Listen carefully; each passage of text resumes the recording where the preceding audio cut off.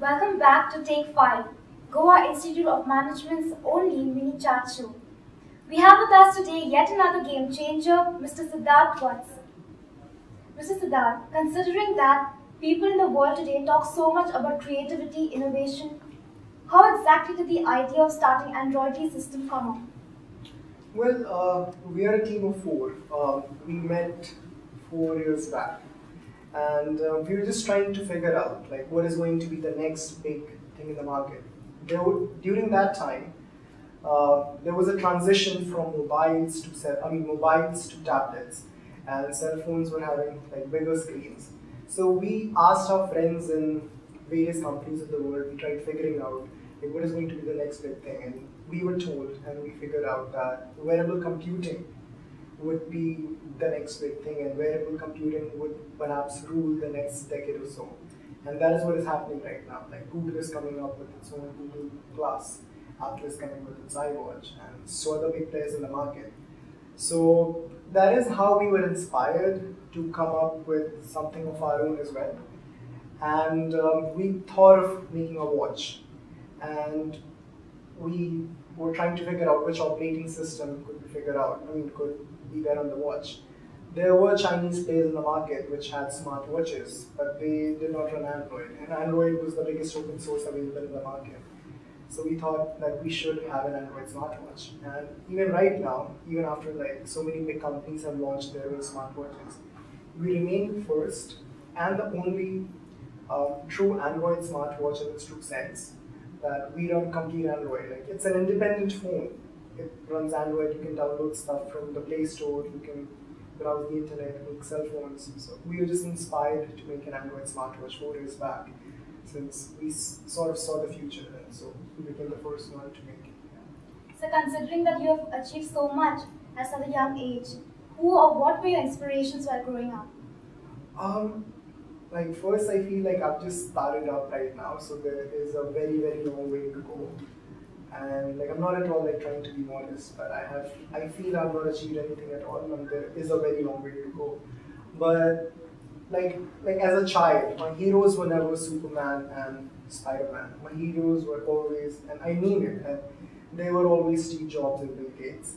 Like the temperament what Steve Jobs had, the aggressive approach he had towards his venture, towards his clients, and how he wanted to just inspire by his design, inspired by his innovation. So Steve Jobs was my first hero.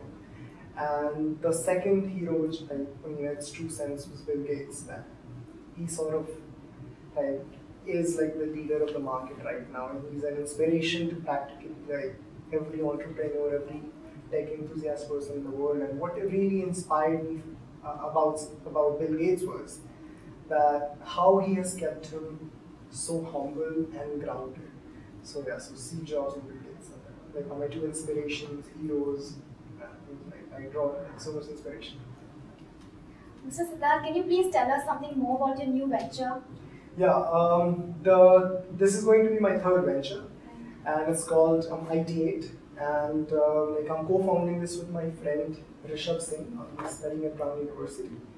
And what we're doing is we are empowering students and colleges across the world, starting from India. Like we'll be running like online courses which are not, yet they're in the Indian schools and colleges, and things which are not taught yet. For example, we'll be teaching them how to build their own voice control systems, like basically building their own Siri, just like you have on your iPhones. Will also be like the second courses which we will be running would be on wearable computing.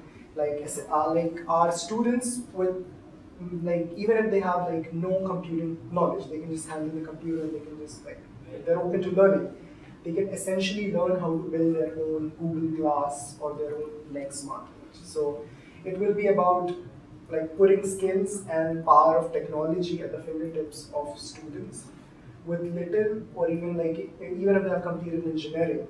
But I'm sure that these are things which are not taught in colleges yet. So yeah, so this is going to be our third venture.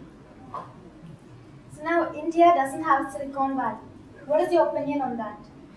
Yeah, Bangalore is slowly turning out to be like the Indian Silicon Valley. It's slowly just coming there. The biggest hindrance was that people here are still fighting for their basic, like what you call as the roti kapda makan. They're just fighting for their rights right now. It's like because of the too much population, it's like people are just fighting for their survival right now. So the startup culture was out of question. People were just trying to get a job and sustain their family. But now that slowly that the economy is changing and people are having money in their hands, so they are able to sort of take that risk of delaying their education or delaying like the job prospects. So India is slowly coming there to be to have a startup culture of its own. Yeah. We at GIM, in fact, have many game changers and future entrepreneurs. What suggestion or what tips would you give them? Like this is the most common tip or like anything which I give to people around me, be it friends or people who I just come across, that I mean you have a lot of time in life. I mean time is like, I mean people say that life is too short, but I actually believe that life is too long to be lived. So you can just take risks, take chances, and you should actually follow your heart because it's never too late. For example, like if you have a like one failed startup, you can have a second one. If you have a second failed startup, you can have a third one. So what I would say is, you should follow your heart. You should take risks. You should take chances. Like the motto what I have always stick to is like I breathe, I try, and then I create. So I mean that has been my motto for the last 3-4 years. That again I'm just trying to live and like whatever ideas I'm having. Few of the ideas get implemented, few do not, few succeed, few fail. But like I do not stop there. Like I mean I want to try and I want to keep trying like till the last moment. So, yeah. Thank you so much, Mr. Siddhant. It was nice talking to you.